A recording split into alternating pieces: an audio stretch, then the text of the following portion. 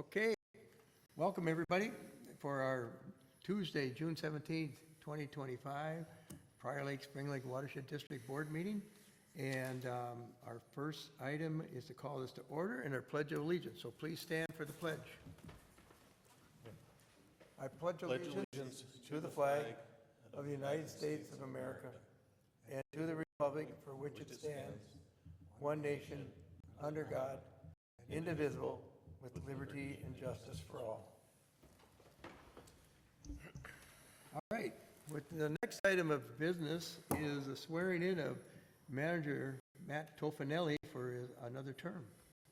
Matt, do you want to read your swearing in? Thank you. I, Matt Tofanelli, do solemnly swear that I will support the Constitution of the United States and of the state of Minnesota, and will faithfully discharge the duties of the office of Manager of the Prior Lake Spring Lake Watershed District to the best of my judgment and ability. Thank you. And this is your second term, I believe? Second term. Second term for Matt. Okay. All right. So with that, we'll go to our next item of business, the public comment. Is there anyone from the public that wishes to speak to the board on an item not on our agenda? And I'm not seeing anybody coming to the podium, so we're going to go with our next item, which is the approval of the agenda. And I know I don't have to make the change on the consent right now. Just the approval of the agenda. Is there any additions, deletions? Manager Tofanelli.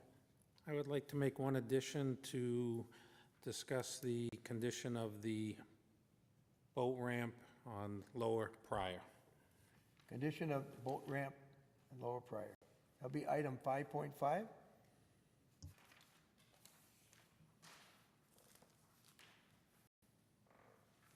Okay.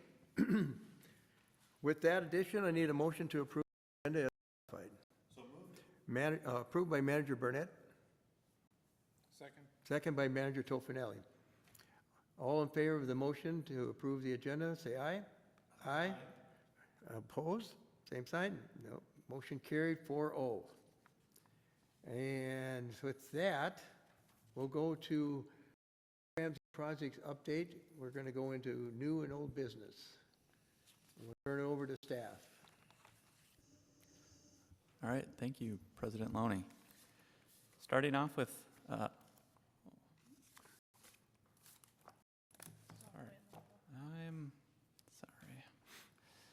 a little bit here today. All right, back to where I should be. Lake level graphing, as usual. Prior Lake is at 902.34 after some good rain that we've had here in June. Spring Lake is at 911.44 feet, also rising. So it's good to see we've got water back in the system. We're expecting Prior Lake to reach its outlitting level at 902.5, probably by the time next month rolls around. I'll be discussing lake management for a few slides here today, with a focus on understanding one of the components of adaptive management, which we consider understanding current conditions. So within lake management, we can look at it in a couple ways, but adaptive management would be one, where you monitor, evaluate, assess, design, and implement. So another way that I'm describing it is we want to understand what the current conditions of the lake are, and to do that, we monitor and assess and survey. Additional components of lake management include interpreting the data, which involves tracking changes over time and asking questions. Is our goal being met? And then after data interpretation, we determine problem and solution identification. Are BMPs working? What is needed to meet our goals? Are we implementing projects to solve problems? Or are we trying to protect our resources? And finally, we need, as an organization, to prioritize these efforts.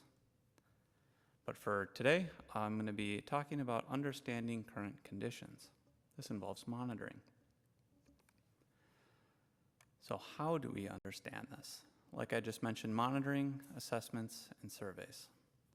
The district is monitoring water quality on Fish, Spring, Upper and Lower Prior Lakes, and Pike Lake. In addition, 5 other camp lakes, citizen-assisted monitoring program. We do this by collecting Secchi disc depth readings.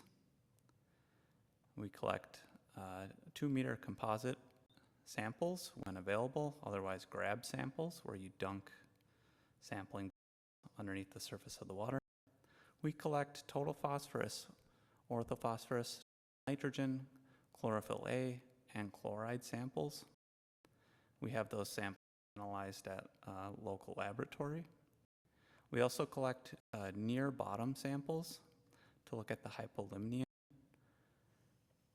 We drop down a sensor called a sonde.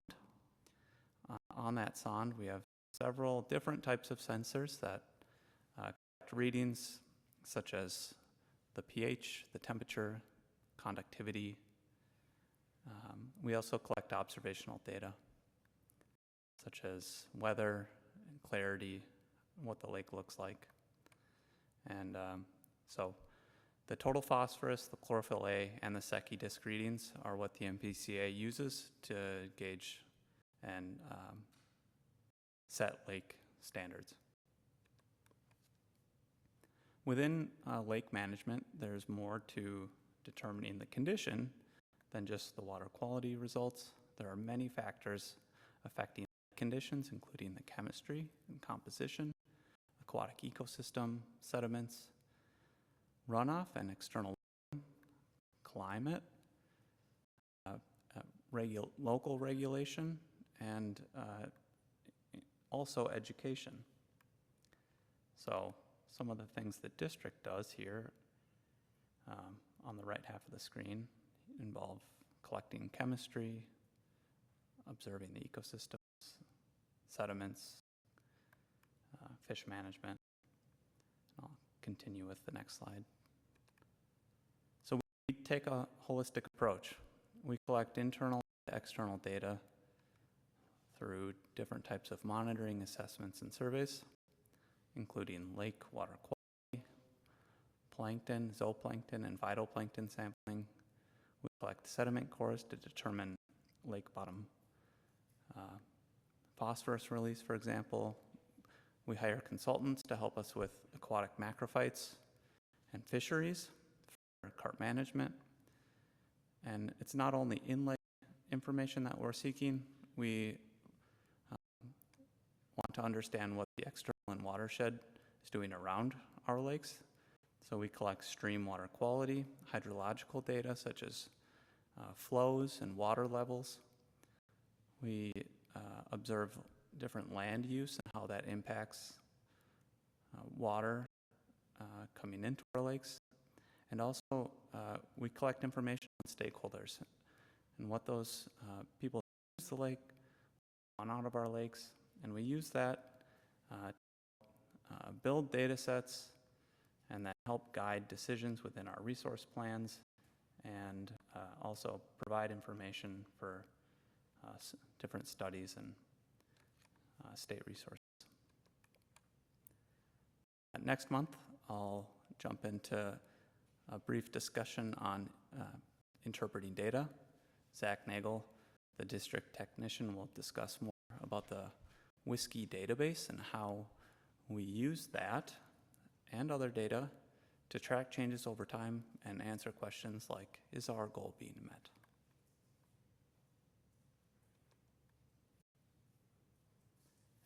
Any questions on some of the lake management brief that I just discussed here? Any questions, any comments? No, I think it feels like water quality 101, but it's great. We dove in the workshop, right into the details with alum and core.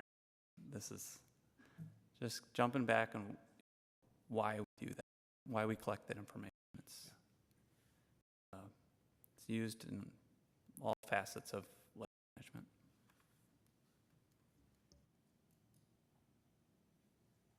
Okay, you get to hear from me in a little bit in today's monitoring section as well, because we got results from EUR a little bit ago on our Sutton Lake drone monitoring, and we just had too much to discuss in the last months, so it's finally getting to you now. But if you recall, we did a lake management plan on Sutton Lake in 2022 to 2023, and part of that plan looked at the outcome of could we improve plant diversity on the lake, and one tool that can produce that effect is lake drawdown, which happens to be that we have an outlet on that lake, so we were interested in seeing whether that would produce the effect.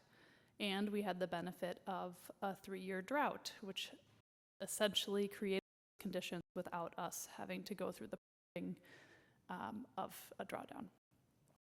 And so we have been doing drone surveys for the last 3 years to monitor how vegetation has changed on the open water areas in the lake. So on the left, or the middle picture here, in the middle of the stream, that is 2022 drone flight. The kind of muddy booger color is cattail. You can see it's the dominant species there. There's some light green within the open water area that's other emergent, so other plant species that grow out of the water. And then the outline is where open water was in 2020, so that was prior to baseline conditions is what we're considering it. And then on the right of the screen, that's from our 2024 drone flight. So you can see considerable difference in those two plant distributions. And to give you the numbers behind it, you can see that cattails have significantly decreased in the last 3 years from what we're seeing. Emergents have kind of bounced around. I wouldn't say there's a significant trend. I also don't have statistical analysis for these, but I'm just going off these 3 numbers. And then in general, the open water is increasing in Sutton Lake. So that would be seemingly a good indicator, since cattails were the dominant plant and kind of over-dominating the lake. Ideally, we would be able to get out to the open water and do a point intercept. It has been pretty impassable. We haven't been able to get a boat out there since 2018, I think, was the last successful one. So when we are able to access, that will be a good follow-up. But for right now, what we know is that it's too early to draw long-term conclusions of what the drought did, but it seems to suggest that things are headed in the right direction, and so we'll keep monitoring it. We were doing these annually, the drone flights, but we're going to move to biannual unless there's some weird weather aberration that we should track. So it'll be interesting to see how that tracks over time, and if we can tell a story of improved plant diversity, lake drawdown might be a good option for us in our future to boost plant diversity and potentially cause some flood storage as a secondary benefit as well, if things aligned that way. So that's, I think, the end of monitoring. I'll hand it over to Danielle. Oh, back to me. I'm not used to being in this section. I just wanted to touch, as we go through the budgeting process, a little update on the Farmer-Led Council program. It's kind of hidden in our budget because a lot of it gets passed through soil and water. And so I just wanted to reiterate that it's a very cost-effective tool where it looks around 50 or less dollars per pound of phosphorus, which our very successful products are around $200 to $1,000. So that's very, very effective. I also wanted to give you a sense of the scale. So the map on the right has green fields that have been doing conservation practices from 2018 to 2023. This is an outdated map. There's an updated one. I didn't like the colors as much, but you can see I kind of drew on these splotches. Those are new since 2023. That's our 2024 season. So we are still getting new fields and growing. Collectively, these fields have prevented up to 1.7 million pounds of algae growth in Spring Lake. And we're at about 16% of our fields, which is our certified lake farms. And lake-friendly farms is a more stringent environment than just doing a conservation practice. They basically have to meet all of these thresholds that prove that water that leaves their land is clean. So it's a very standard. And I also just wanted to report that we're seeing kind of fresh leadership come on and new generations. We're seeing more independent leadership. They're kind of self-organizing a little bit more and more knowledge sharing, which is a really good direction if we continue to see these results. So I just wanted to share that. Although we might not be seeing a lot in our realm, supporting this program is having a very positive effect for us. So with that, I'll hand it to Danielle. Yeah, I just wanted to let you know about 2 upcoming education and outreach events. Next week we'll be collaborating with the City of Prior Lake. They put on a day camp called the Real Cool Fishing School. It's focused on fishing, but we hold a station that talks about aquatic plants, the importance of aquatic plants. The kids learn some identification skills. We talk about invasive species. We usually have around 50 attendees. It sounds like there will be 56 this year, just 6 through 12. It's a fun event, and the kids are really engaged with it. And I think we've been doing this event with the City of Prior Lake for, I think this will be our 4th year. So it's a great partnership with the city. Next month, we're looking forward to the Carp Carnival. It's on July 26th, 10 a.m. to 2 p.m. at Sandpoint Beach Park. We are celebrating reaching our carp population in Upper Prior Lake. The event will be focused, it'll be very family oriented, focused on educating about our carp management program. We'll be showing off a lot of the techniques we use in our carp management program in fun ways. We're kind of planning some activities around them. And we have some artistic activities as well that are engaging for all ages. We'll be making some prints with some actual carp specimens. So that'll be something to look forward to. If the weather turns out well, the beach will be busy and lots of people will be there. And that is all. Any questions about those events? I have one. Is there an age limit on the carp carnival or Nope. no age? It's open to the public, so. Open to the public? Yeah.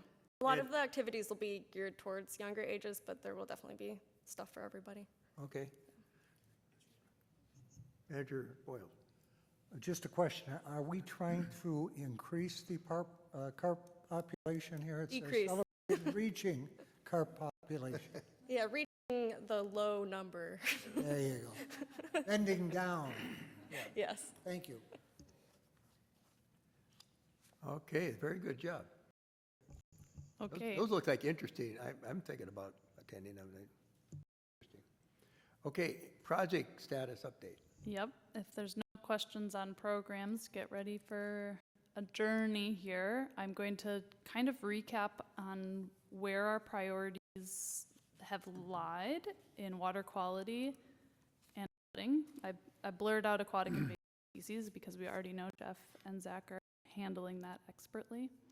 But I wanted to recap where we've been and kind of where we are today, because I think that will give us a good indication of where we want to focus in the future as we look at budgeting.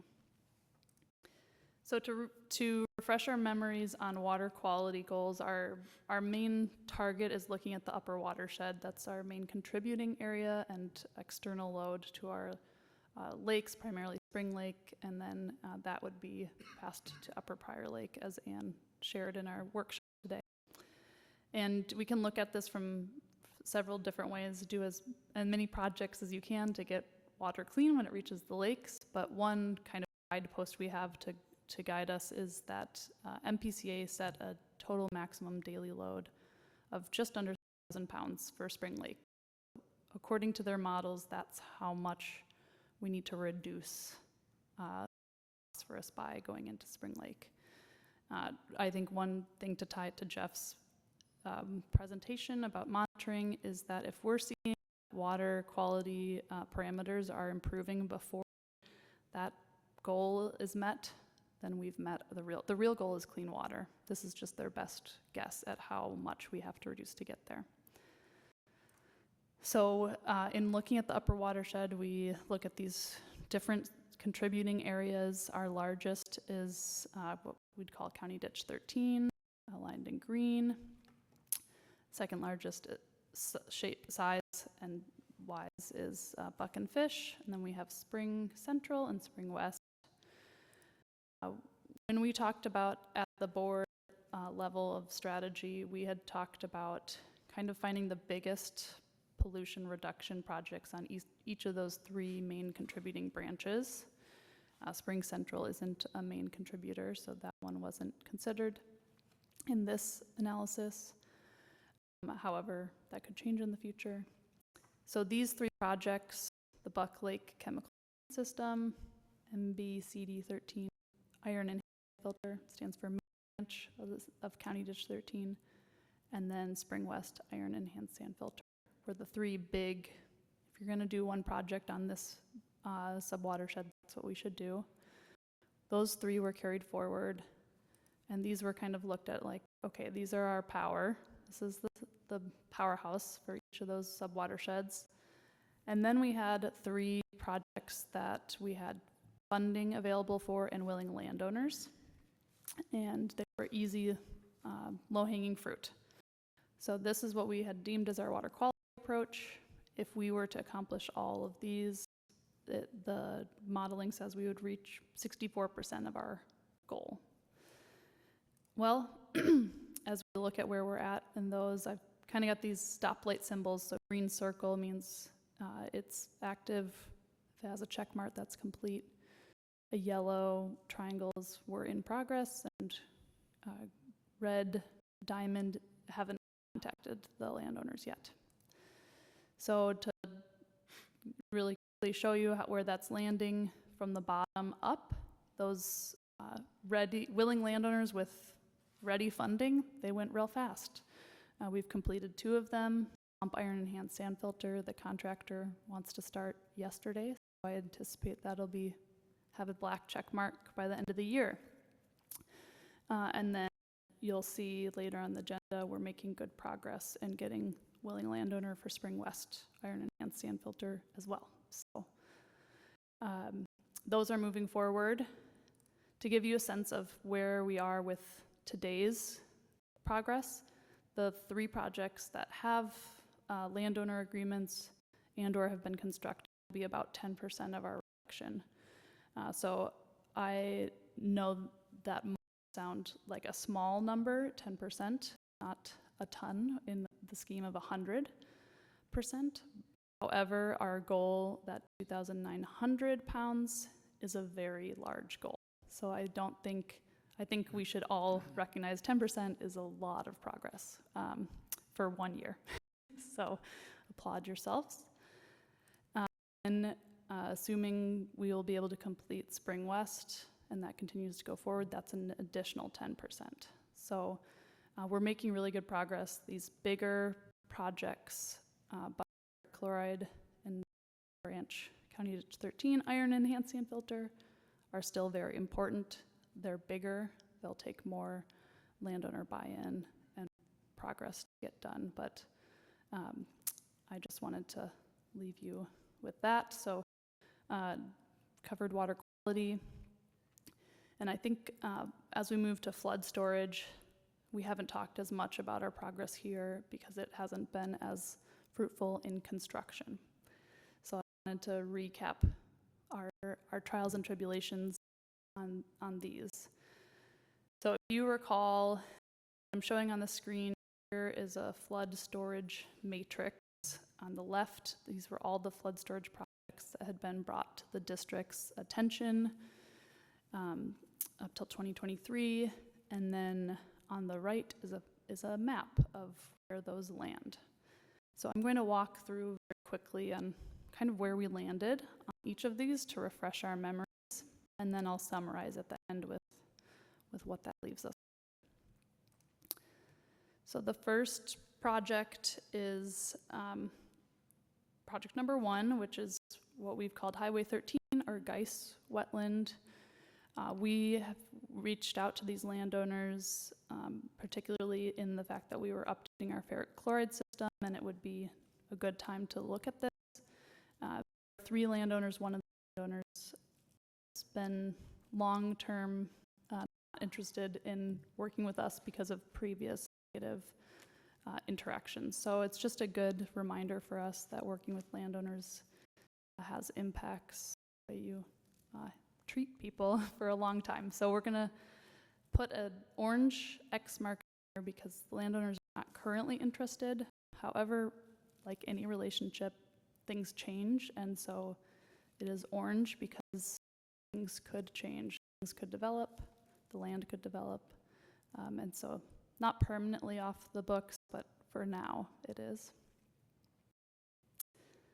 Moving down to flood storage projects 2 and 3. I looked at these together because they're both along Butterfly Lane is their project name. And these haven't been considered to date because they are smaller. They're going to have a much lower benefit, less than 1 inch reduction of flood on Spring and Prior Lakes. However, they are still feasible, so if we go down the list and are interested in doing a smaller scale project, we could pursue those. Moving to projects 4 and 5. If you recall, we had worked with landowners on these in 2024. We had a closed meeting to talk about what our negotiation rates would be. We brought that to the landowners and they were not interested. They basically said, come back when development is here. I don't want to do the project while I still own the land, but I'm not opposed to the project being done when I'm moving.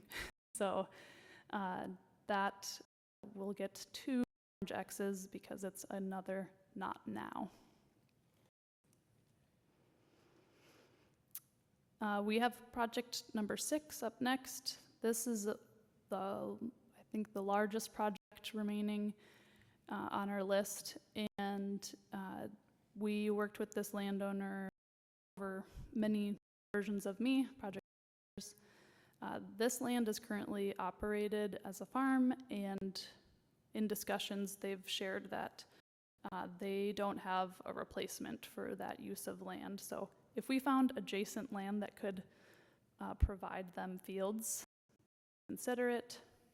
Other than that, it would only be when they're leaving or selling, so a change in ownership. I do know that this farm family has a next generation that's interested, so I think that would be a long-term stay in touch and just see how things evolve for them. So this is an orange X, not now as well. Moving over to Swamp Lake, if you recall in our Swamp Lake iron enhanced sand filter feasibility study, we found that at higher elevation, Swamp Lake actually outlets to Sand Creek. And so really a lot of the flood storage benefit that changing the outlet here, it would not benefit our watershed. It's already going out the other way. Also permitting would be challenging or unlikely altogether. So for now that gets black X because it's not serving flood reduction.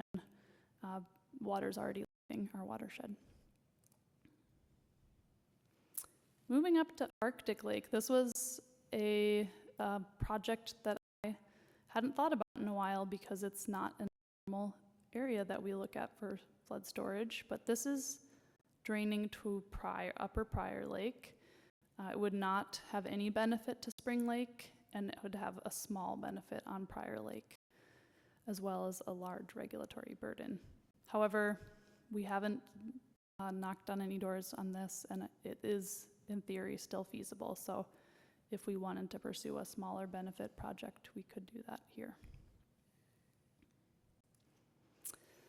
I'm going to keep coming through here. So this flood storage project 9 is the wetland at Ducks Unlimited. This notably didn't come from any of our flood studies. It was proposed because the watershed district owns the property surrounding. The proposal was to put a weir and hold back water from Spring Lake as it drains from Buck Lake. However, as you see when it was studied, thank you. When you zoom into this little number here, you see there's a plus 0.5 on Spring Lake, which indicates that it is raising. Doing this project would raise levels on Spring Lake. So to refresh our memories, this wetland and Spring Lake are essentially the same water body. It's Spring Lake's floodplain. Water raises, it kind of uses that to spread out into. And one of the confusing parts is, while there's water coming in from Buck Stream there, the easy way to answer that is that County Ditch 13 is attributing more water to Spring Lake. So it would essentially have a negative effect on Spring Lake to create a storm. And if we're willing, in theory, to increase water on Spring Lake, which I don't think we are, it would be less than 1 inch benefit on Prior Lake. So I gave that a black X because it doesn't serve our flood storage goals. And then this project, Buck Lake, there's 3 numbers here, 10, 11, and 12. They kind of go together. And so if you did project quote 10, it would back up into the spaces that you see 11 and 12 as well. We did some feasibility and survey this last fall, winter, and then EOR completed some analysis this spring. And what we found from that, to summarize really high level, is that the large project that's suggested in the flood study is unlikely. It would be multiple feet raise and require a lot of landowner buy-in. However, there may be a smaller project that's feasible, but it will require follow-up. So we're still looking into that. I'm almost done. There is the second to last is project 13. There's a wetland here near Vergas Road that was proposed. There's fewer landowners than other projects. We could potentially get more benefit than was suggested if we adjust the road sag. As development, we need to progress this, but there hasn't been any roadblocks that make it infeasible at this point. And then lastly, there's Fish Lake. This would require a change to the outlet and requires 36, maybe plus landowners to agree to changing the water level. For that reason, I put an orange X because I don't see 36 landowners agreeing to raise their water level at this time. You know, maybe in the future for that. So to summarize, looking at the map and putting it on the table, these orange ones that I just blocked out, these all have landowners that are not currently interested. These 2 black cells don't serve flood reduction. And so when we're looking at remaining projects, because that 10, 11, 12 is really one project, there's only 5 that remain. And I put the numbers in the order that I would pursue based on their benefit and their feasibility from regulatory standards, which would be primarily starting with these first 2 highlighted ones. These have been identified as our flood storage priority here. We're making progress on Buck Lake. I think that would be potentially an easy, smaller, but easy win that is worth finishing, following through to the we know what our options are there. Project number 13, which is marked as number 2 here, there's promise there and just needs some effort. And then the reason I didn't highlight the rest is because I feel that the others are so small in benefit, it would be worthwhile to see if any of the other projects' land ownership interests have changed when we get to those. So to tie that back to our flood priorities in this year, these were the 3 flood reduction priorities we selected. We did the pipelining, that's more of improving our exit. And then the storage projects, we haven't made contact on project 13, but we are researching that Buck Lake 10, 11, 12 suite. So that is a long way to prioritize, but this is a big picture of how far we've come, and so I thought that would be useful. And I think that's all. Any questions from board managers? Very good summary. I think it helps us understand where we're at with everything and where you can concentrate your efforts. So thank you very much for that, Amy. So, okay, with no other questions on the programs and projects, we're going to move ahead then to our next item. Item 5.2, which is the Ridge Estates Stormwater Retrofit Feasibility Study. And Danielle, you can present or start. Yeah, so we recently completed the Lake Ridge Estates Stormwater Retrofit Feasibility Study. We contracted Stantec to complete the study, and Tom Beneke is at the podium to talk about the results. And Danielle, do I have control over these, or do I just signal you? Great. All right, thanks for having me. As Danielle said, I'm going to talk about the Lake Ridge Estates Stormwater Pond Feasibility Study. I'll walk through just the project overview so we're all on the same page, what the goals of the project were, results of sediment sampling in the ponds, in the south sediment, changes that we found in the estimated watershed boundary, and our pollutant estimates to those ponds and what we think is currently being removed in those ponds, and then conceptual designs that we came up with based on all that information, and recommendations for next steps. So who am I? I'm Tom. I'm from Stantec. I've been in the water quality world for a while. I mostly work on water quality modeling, watershed modeling, lake modeling, in-stream, riverine modeling, etc. I was the project manager. I oversaw a team of engineers and scientists that did the bulk of the work, including I brought Jordan Wachensky here with me, who's one of the main engineers on the project. So project overview was, the goal was to evaluate the feasibility of doing retrofits in for the ponds with Lake Ridge Estates community. And so what we did is we surveyed the ponds. We sent folks to establish the location of the ponds, elevations, dimensions. We sampled the pond sediment chemistry and evaluated those using a lab. Modeled watershed hydrology, what's getting to the ponds. Modeled the pond hydraulics, what's happening within each of those 4 ponds. And then designed some conceptual designs for improved water quality. So where are we talking about? Just around the same page.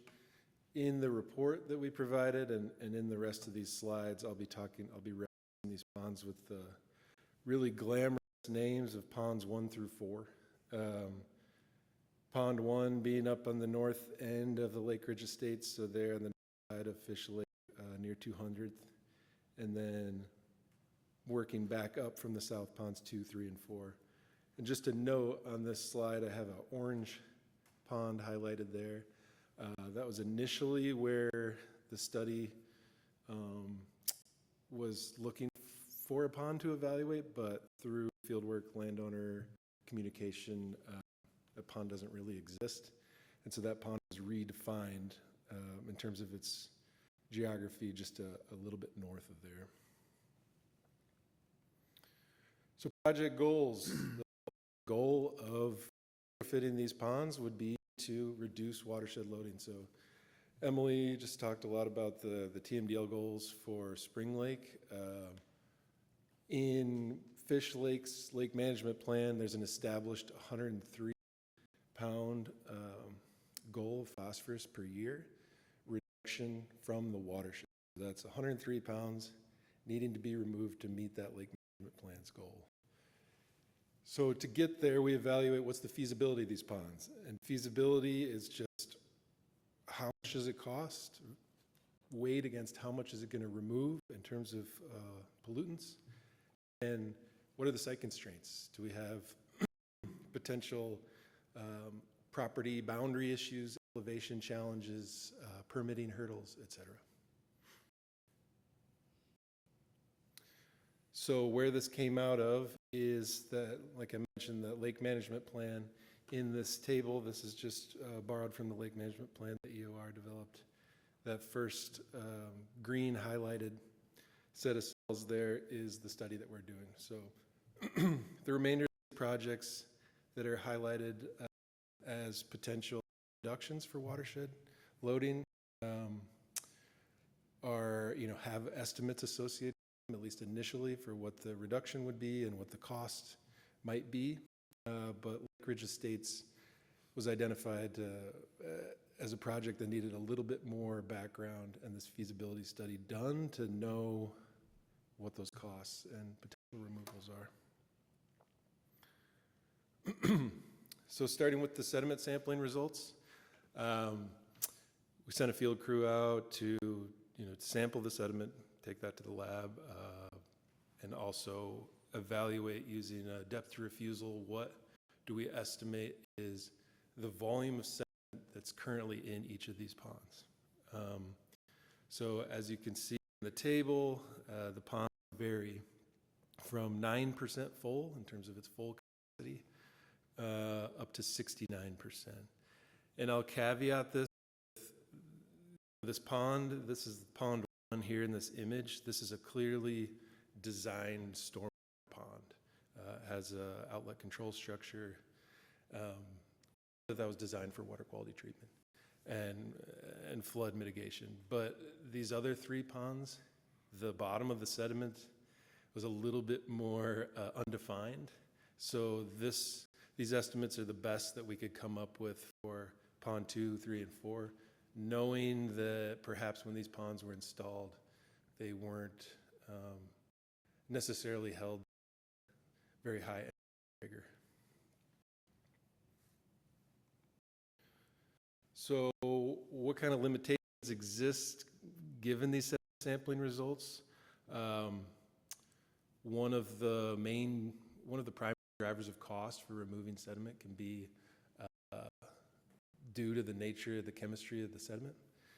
For ponds 1 and 4, those are considered unregulated. We didn't identify any chemical components that would exceed a threshold that would require them to be brought to a special landfill that increases cost. Pond 2, we found arsenic in the sediment, but because there's no known source of arsenic, it's likely going to be treated as background and therefore could probably be disposed of in residential landfill. And pond 3 certainly would require hazardous waste landfill. Found benzopyrene and what I identified as RCRA heavy metals. So it's just a group of 8 or so heavy metals that exceeded the limits for residential fill. So I mentioned the watershed in the overview. This is kind of one of the main pieces that changed the course of the project. Initially, we were under the understanding that everything in this image in blue and red is contributing to the lake, to Fish Lake via the Lake Ridge Estates. And Jordan and our water quality team was doing the initial analysis and model setup.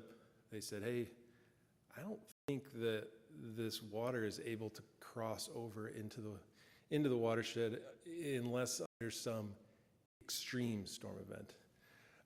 So we discussed that with the watershed district and amended our scope to add in, to sort of supplant one of our tasks to go out and do some field reconnaissance to verify that that watershed area in the red, sort of the crosshatch red there, doesn't contribute to Fish Lake.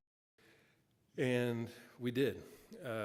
We don't have any reason to believe, barring some sort of underground tile action that we can't see, that red area contributes to.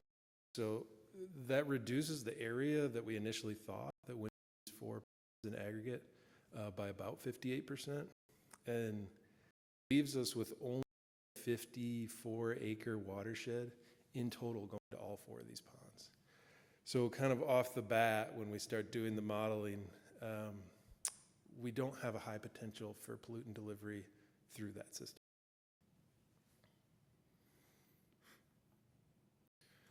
So here's a table summarizing what we estimate current condition. So we use a few different models to get here in combination with the survey data that we collected. So we build HydroCAD models, which indicate what the heights of the pond are going to be, and gives us information about flood storage in that pond. And we also used for this exercise a model called 8, which is just a typical water quality model for understanding sediment and phosphorus removals in stormwater ponds. Before I go into this table, I'll lead with this was all done in the absence of monitoring data. So these are course estimates based on model assumptions, literature values, and validation of those values. So what did we find? Again, in aggregate, that watershed, we estimate only delivers about 7 pounds per year of phosphorus to Fish Lake. And that is including the current treatment.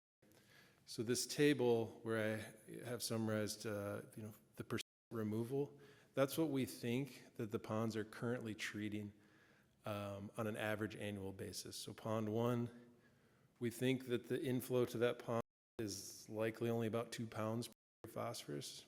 And in its current state, it's likely removing almost 1, and so forth. And as you can see, just in terms of going back to pond 1, being a very clearly designed stormwater treatment pond, the model results also suggest that that pond had a better design than perhaps these other 3 ponds, which are almost more like depressions.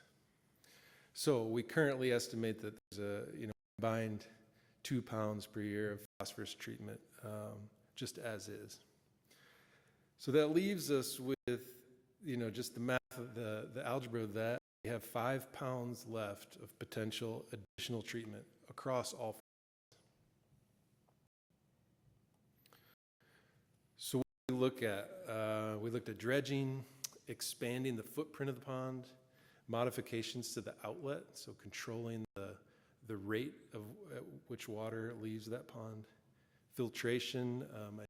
These past just now in these slides, there was some reference to iron enhanced sand filters. We looked at those same type of filters. Smart outlets that regulate the volume of water in the pond based on storage, active and predictive pumping to try and move water out of the pond and create more water quality treatment volume. Irrigation use, so installing a device that would allow the pond to be drawn down to water nearby plants, and then proprietary filter devices, so something that actually goes in there and filters out phosphorus. All of those things were evaluated against how well is that going to perform? What's the water quality treatment outcome expected to be? What's the water quantity treatment going to be in terms of how that design is going to affect flood control? What is the ecological benefit, if any? The cost. That's a big one. What's the installation cost? What do we forecast as operation and maintenance on that system? And the total life cycle costs. Those things are juxtaposed against permitting challenges, landowner rights, nearby site constraints, maintenance requirements of those different things. All went into those considerations. Well, what's feasible then, given that we're looking at cost, treatment, and site constraints? Well, the biggest things for these projects, affecting the feasibility is, one, site constraints. There's very little that we can do to create more water treatment volume in those small pond areas, just due to the contours in those systems. And then the cost. The cost is very high relative to what's there. So again, going back to, if we estimate that the total from this entire watershed of potential treatment is 5 pounds, to get there, as Emily referenced, a cost of $50 per pound of phosphorus removal. That's as good as it gets. Somewhere around 1,000 to 2,000 per pound is still perhaps something that's worth chasing. Here we have these constraints, cost, and a known limited amount of phosphorus that's even getting to these ponds, so the available treatment isn't very high. So given this, gravity sand filtration, or filter benches as we refer to them, are probably the most cost-effective treatment. They're not very costly to build, and they have a high potential for phosphorus removal. So here, this is just a snippet from one of the tables included in the report, where there's 3 options outlined here for Pond 4. Dredging doesn't really do a lot for increasing water quality treatment in the pond. It's more so to extend the life of that pond and the future storage as it continues to settle particulates. But we estimate that cost at $93,000. That's, all these costs are conservative. There's a 25% contingency on these. But still, it's going to be a very high cost, which would be, under the responsibility of Spring Lake Township as the Stormwater Pond Maintenance Authority. But if a dredging project were to occur at $93,000, adding in an outlet modification to help with flood storage and adding in a filter bench to increase treatment capacity, we'd get about another pound of phosphorus treatment for only a marginal cost of $30,000. And then it becomes trending to be more feasible, but it's still likely a steep cost for what the potential treatment is. Our recommendation is, if the township were to pursue dredging and pay that dredging cost, ponds 1 and 4, so the 2 that were on the west side of that map, those are the most potential for phosphorus treatment. Doing a combined effort of dredging, outlet modification, and filter bench installation should yield, across those 2 projects, about 2.5 pounds of phosphorus treatment per year. And part of the benefit to those is those are unregulated fill based on the chemistry, so we'd have the lower cost of disposal for dredging, only a small marginal cost, or a relatively small marginal cost for doing outlet modification and a filter bench, to the tune of about $30,000 per pond. So that $30,000 will be the portion that the district would be interested in towards that 1 pound. So $30,000, 1 pound. If we get a 15-year life cycle, we're looking at about $2,000 a pound. So it's getting to be sort of that, towing the line of what would be feasible, particularly in light of other potential projects that you all are aware of. I will add that the Pond 1 on the north side, the one that was that clearly engineered structure, field team indicated that it's likely leaking right now. in the wall of the outlet structure. It's not a big concern at the moment, but down the line, something's going to happen to that pond. And when that happens, that might be a good opportunity to include the marginal cost to add a filter bench at that pond. My selfish recommendation here, admittedly, is, you know, if any of these projects are going to go forward, it would be invaluable to have monitoring data at ponds 1 or pond 4 to understand, one, what is the composition of the phosphorus that's coming into these ponds, particulate versus dissolved, and two, validate our estimates. Our model is only as good as the data that we put into it. We don't have in the absence of monitoring data, we can't calibrate that model to existing conditions. So my 7 pounds that I referenced, monitoring data may tell us that that's a little bit higher or a little bit lower and might change our understanding of the benefits. So for those two reasons, I would recommend monitoring at pond 1 and pond 4. At a minimum, just a few grab samples for stormwater. And then there's no doubt that there are higher potential projects in the Fish Lake Management Plan. So, you know, looking through that table that I had referenced earlier, you can see, you know, I'm talking about a total potential of 5 pounds in this whole watershed of 50 acres. But you can see these next projects down, we're in the 20s, 30s, 19. You know, we have a lot of higher potential projects in the management plan for a much more cost-effective price that it may be worth just turning attention to some of those. So that concludes what I have, and I would offer to take any questions that you have. Okay, thank you. Board members, any questions? And I would just have one. Obviously, if you had the other 54 acres in the study area, that would have made quite a difference, I take it. It would make a substantial difference, particularly because the way that we conceptualize these models in the absence of monitoring data, that's largely soils, land use, and impervious cover driven in terms of our watershed loading estimates. The area that's been removed is about 50% agriculture, so that would have a high signature. Taking that out of the model, and is likely why we got to this step, because a lot of these past models included this area in the estimates. So this is the benefit of doing a feasibility study at a lower cost, is to kind of get here, step back, and, you know, evaluate whether these projects are still worth pursuing with more information. So how does this drainage work? Does pond 1 go to pond 4, 4 to 3, and 2?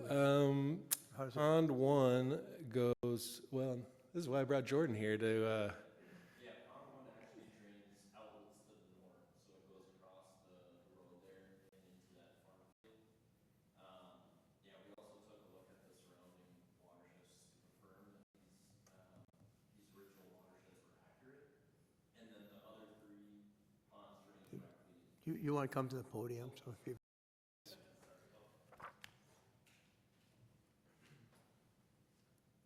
Yeah, so as I indicated, pond 1 drains directly, or so through that engineered outlet control structure, and actually drains north across the highway there. And then ponds 2 through 4 actually drain directly. Oh, sorry, pond 2 drains to pond 3, which then drains to that wetland area. Actually, Tom had where previous pond 4 was located. And then pond 4 also drains to that wetland, and that wetland is directly connected to Fish Lake. so pond 1 goes to the north, but it's eventually that water does come back to Fish Lake. Yeah, I believe there was a drain tile in that field, that connection back to Fish Lake, so that's kind of the indirect route. Right. Well, yeah, it looks like you've done a really good job of analyzing the issues and the amount of benefit versus the cost, just doesn't seem like it's worth it right now anyway. Yeah, and, I guess I'll reiterate too that, with the existing models that exist, if down the line, the district or whomever, a citizen group collects grab sample data and we can, inform some of these estimates, perhaps that would tip the scales a little bit, but honestly, surely based on area of this watershed and what we know about, this is just kind of rural residential properties, it's not likely that it's going to be generating a high enough load to merit high-cost treatment. Okay. Manager Boyles. Is the action sought simply receiving the feasibility study at this point? Yep. I would so move. Okay, so a motion's been made to accept the Lake Ridge Estates Stormwater Retrofit Feasibility Study. Second by Manager Tofinelli.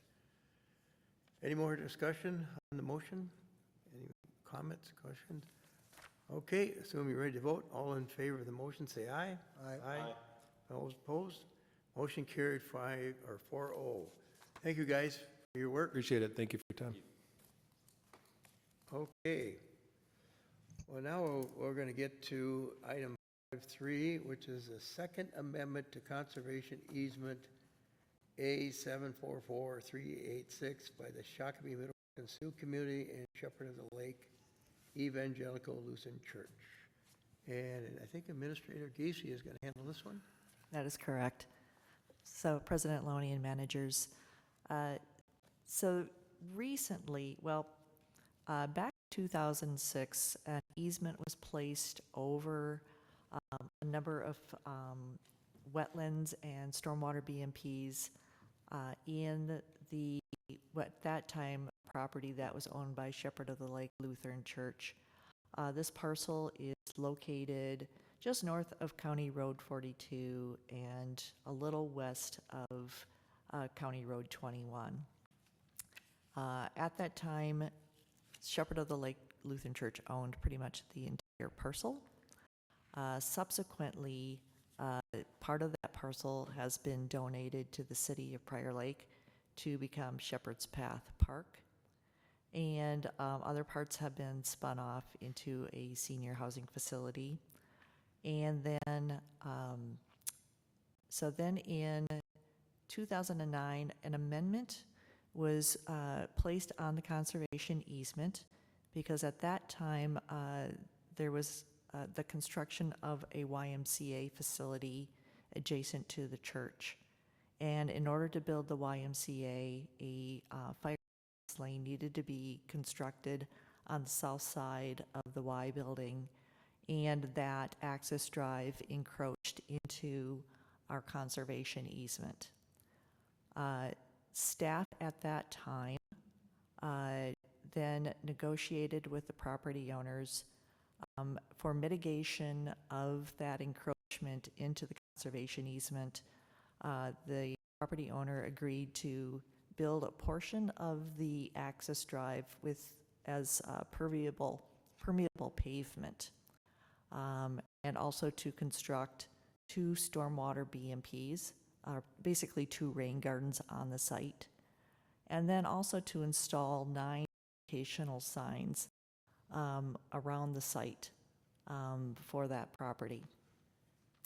Then in just most recently, in 2025, the Shakopee Midwauketon Sioux community purchased the YMCA parcel and a stormwater BMP parcel just immediately south of that Y building. And so as we were brought into this, the SMSC, or Shakopee Midwauketon Sioux community, asked if we would be if we'd be open to considering making some modifications to the easement, conservation easement on the parcel to modify the obligations. Because right now our conservation easements run with the land, and the requirements to maintain the conservation easements run with the land. And SMSC has long-term goal of possibly transferring this land into trust with the federal government. And the federal government will not accept the property if there's encumbrance on it for the obligation to maintain the conservation easement. And so SMSC was asking if we'd be open to make that maintenance obligation to SMSC themselves, not the landowner. So it's a very subtle transition about who's obligated to maintain that conservation easement. Now it would be with Shakopee, Midwauken, and Sioux community and not the property owner. As we were starting to move through this, also, we realized that some of the criteria associated with the First Amendment, there were violations with the conservation easement, primarily associated with some of those agreements that happened with the First Amendment. So, moving on to the next slide. So one of the violations that we found related to a trail that is going around the park, actually exits the parkland and comes onto SMSC's new property. But that trail also encroaches into the district's conservation easement. And so we're proposing to amend the conservation easement to get that trail out of the conservation easement. Part of our policy that allows us to do an easement amendment says that there are a number of criteria that's in the staff memo. But for the most part, the district needs to be made whole, that what we receive is of equal or better benefit than what was there today. So the idea here is with the amendment, the second amendment is once again to remove the trail from the conservation easement. SMSC will provide us additional easement property on the south side of that parcel. Still, there is about 230 square feet less of easement than what was originally provided in the easement. And so we've come up with some mitigation strategies for that additional compensation for that shortage, which are outlined in a memorandum of understanding that was included in the packet. The second easement also, I should say, also does include that language, once again, that transfers the easement obligation to SMSC versus the property owner. In addition, as part of this amendment, staff is recommending that we terminate the requirement for perpetual maintenance of the 2 stormwater ponds and the pervious pavement on the fire access road. These are, while they were in the best intent to mitigate the previous easement encroachment, these are really kind of one-off sort of obligations that our current staff, honestly, we didn't even know these obligations existed. And it is not something that we outly monitor and enforce. So we feel it is in the district's best interest to remove these requirements from our ongoing maintenance into perpetuity for these. The signs that are out there, the yellow dots on the map, all of those signs have basically faded to white. So you can't even read them anymore. And then on top of it, they're on city property. So once again, it kind of gets really mushy in terms of our enforcement on some of these things since the properties have transitioned to other property owners. So as part of this amendment, once again, we're proposing to terminate the perpetual maintenance requirements that were included in the First Amendment. And once again, so in an MOU of mitigation strategies, Shakopee, Midwauken, and Sioux community has donated a financial contribution to our Fountain Hills wetland restoration study. because that study actually has mutual benefit for us. If we can find out whether that wetland restoration on that other site could improve water quality in Pike Lake, which we mutually both are interested in improving water quality in Pike Lake. So they've made a financial contribution to that study. In addition, they have also committed to partner with us on some future educational activities and tours. So it's really a great opportunity for us to relationship build and share knowledge with each other in the future. I'm very excited about that. And then finally, the Shakopee, Minnewacan, and Sioux community has committed to bring the existing rain gardens into proper functioning order on the site, and to also include the pervious pavement into their annual maintenance activities, which means you need to vacuum that segment of pavement every year to make sure that it's properly draining, also to make sure the drain tiles between these facilities are operating properly. So with that, staff is recommending that the board approve the second amendment to the conservation easement A744386 and the cohort memorandum of understanding for execution by the district administrator, subject to the receipt of an original copy of the amendment signed and notarized by Shakopee, Midwakanton, Sioux community and Shepherd of the Lake Lutheran Church, and an original copy of the memorandum of understanding signed by the Shakopee, Midwakanton, Sioux community. Okay, so that's a motion. Anybody want to? So moved. So moved by Manager Boyle. Second by Manager Burnett. Any questions on this very detailed legal agreement and everything that's on there? Any questions? I just had one. It sounds like we're moving, it's the trail that is a problem with the, not the tribe, but the United States Bureau of Indian Affairs. Is that, we're moving, it's a trail that you have a problem with, or? President Loney, we're not moving the trail. What we're doing is moving the trail, or we're adjusting the boundaries of the conservation easement so that the trail is no longer in our conservation easement, because that trail would be a violation of the easement. So what we did was adjust the boundary of the conservation easement to pull the trail, the area that, where the trail is located is no longer in our conservation easement. Yeah. And then we expanded the area to the south to make up some of that area difference. It sounded like that was a problem with the Bureau of Indian Affairs. Really what the problem is, you know, in our easement agreements, there is a commitment to maintain these easements in native, you know, vegetation, and there's, you know, and that requirement to comply with the easement is put on the property owner, and generally that works really well, because then someone sells the property, the next property owner is required to maintain that. But that is a problem with the federal government. Because they are the property owner. Because they're the property owner. Okay, got it.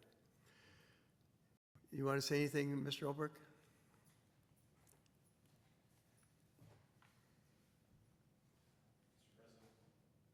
There we go. Mr. President, managers, Steve Albrecht, Shakopee, Metawakan, and Sioux community.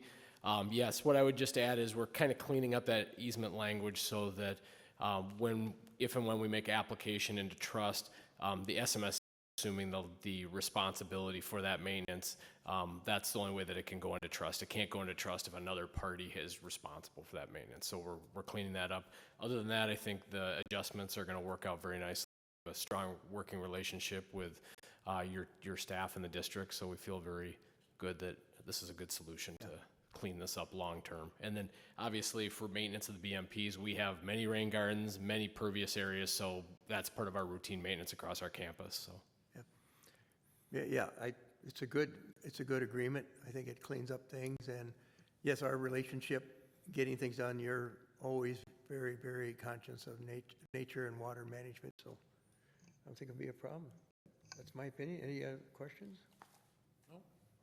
Did we make a motion already? Yep. Okay. Yeah, it's on the table. All right. All in to vote then on the motion. All in favor of the motion, say aye. Aye. Aye. Opposed? Motion carried, 4-0. Thanks, Steve. Okay, next item is the Spring West Iron and Hand Sand Filter easement acquisition. Okay, I'll be brief here, but just to summarize, you've seen the public hearing for this project. It's a water quality improvement sand filter in the Spring West subwatershed. We completed a feasibility study in 2022. Then in 2024, it rose as a priority project in our strategy. This project will estimate to reduce the phosphorus loads by 207 pounds per year. We currently have a landowner willing to negotiate an easement, so that's what this agenda item is to approve that easement acquisition and signing of those documents. And then just to note that although we want to proceed with easement acquisition now, the understanding would be that we would seek grants or bonding to support final design and construction. So you're not on the hook for that in this decision. So without further ado, staff would recommend a motion to authorize board president to sign agreement and easement with any non-substantive changes on advice of council and engineer, and authorize board officers and administrator on advice of council to perform district obligations under the agreement. Anybody want to make that motion? So moved. Motion made by Manager Burnett. Second by Manager Tofinelli. Something I think we've been waiting for. So if there's any more questions or Emily, now's the time to ask. Okay, everybody's ready to vote? Okay, all in favor of the motion, say aye. Aye. Opposed? Motion carried, 4-0. And thank you for your work on that, Emily, and been a long time coming. And now we're going to go to 5.5 that was added to our agenda, was to consider the boat ramp on Lower Pryor, the condition. And I think this was brought up by Manager Tofinelli. That is correct. Yep. Over the weekend, the Prior Lake Association, PLA, had their Dive the Lake cleanup.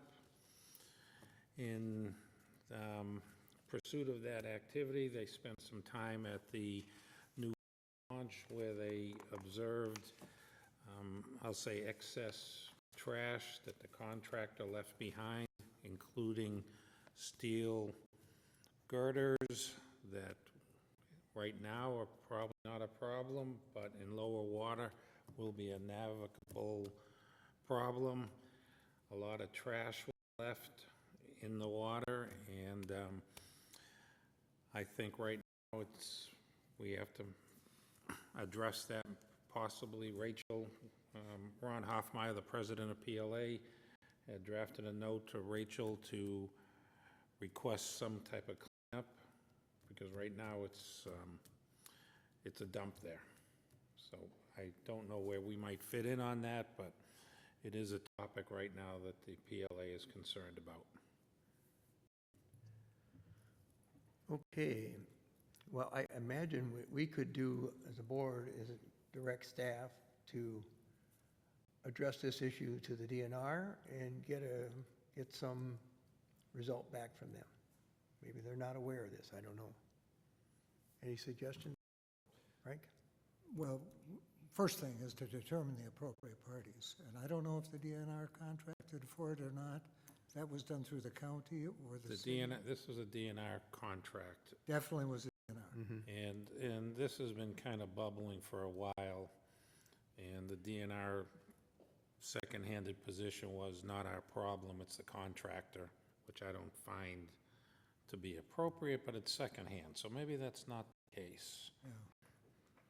It'd be interesting to look at the contract. But there are photographs from the dive on what was left behind, and so it's...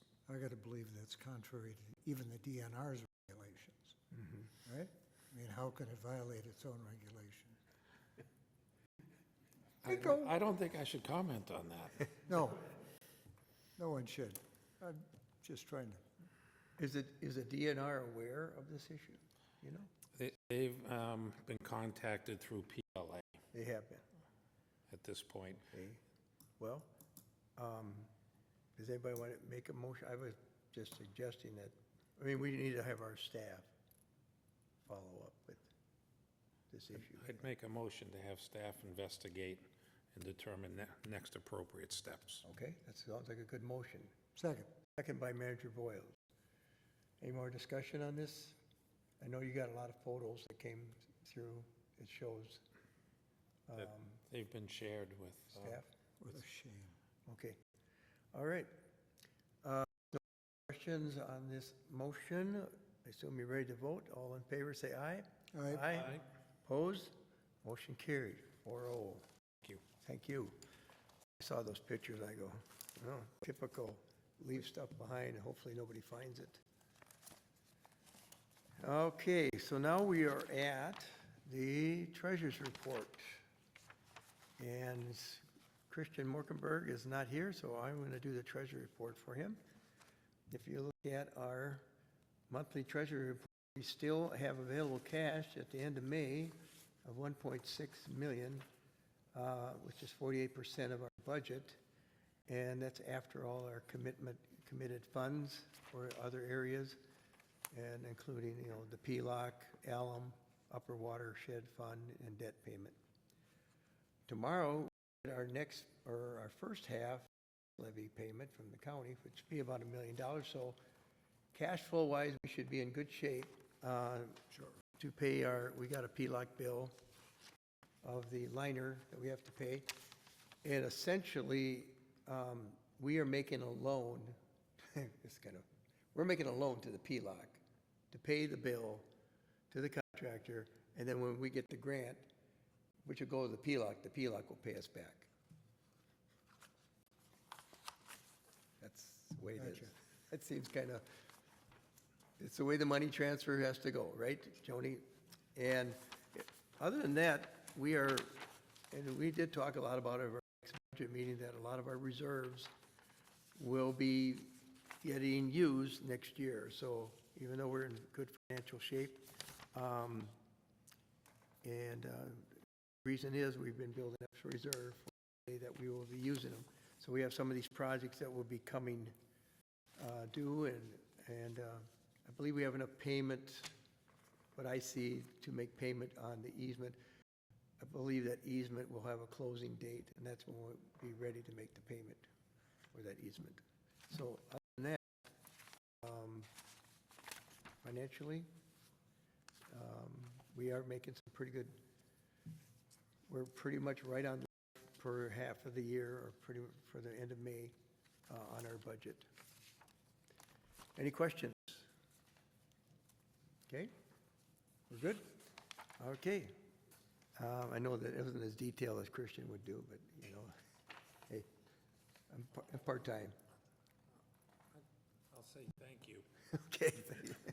All right. All right, so now we'll go to the consent agenda, and we do have to remove item 7.5, which is the claims list. We have a new claims list on our table, so we'll have to remove that item to vote on it separately. So I'll read the rest of the consent agenda. It's meeting minutes for May 20th board workshop, meeting minutes for May 20th board meeting, meeting minutes for May 22nd board retreat, meeting minutes for March 27th EAC meeting, permit application 25.01 County Road 18, the Mullenhart Road and utility improvements, and 7.7 is rural equity MOA assistance scope of services. Anybody make that motion? Motion to approve? Motion by Manager Burnett, second by Manager Toffenelli. Okay, all in favor of the consent agenda as modified, say aye. Aye. Aye. Opposed? Motion carried, 4-0. So I need a motion for 7.5, which is, I believe there was just one item added. Joni? President Loney, there were two items added to the claims list that were not originally included in the packet. These invoices were inadvertently missed.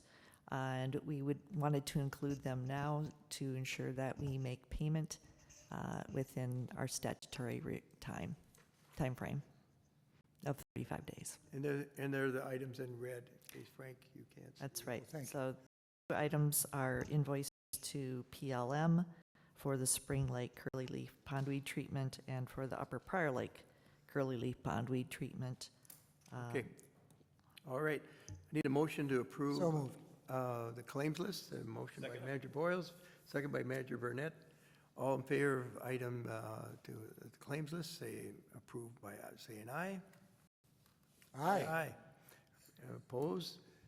Motion carried 4-0. Not again. All right. Manager Boyles, you want to read our upcoming meeting and event schedule? I'd love to. You know, that upcoming meeting and event schedule, Board of Managers Workshop, is scheduled for Tuesday, July 15, 4 p.m., right across the hall in Parkview Conference Room. Our Board of Manager meeting for July, same day, July 15, Tuesday, 4 p.m., 6 p.m., but here in the City Council chambers. We have a carp carnival coming up that you've just heard about. You can take a carp home as a pet if you'd like.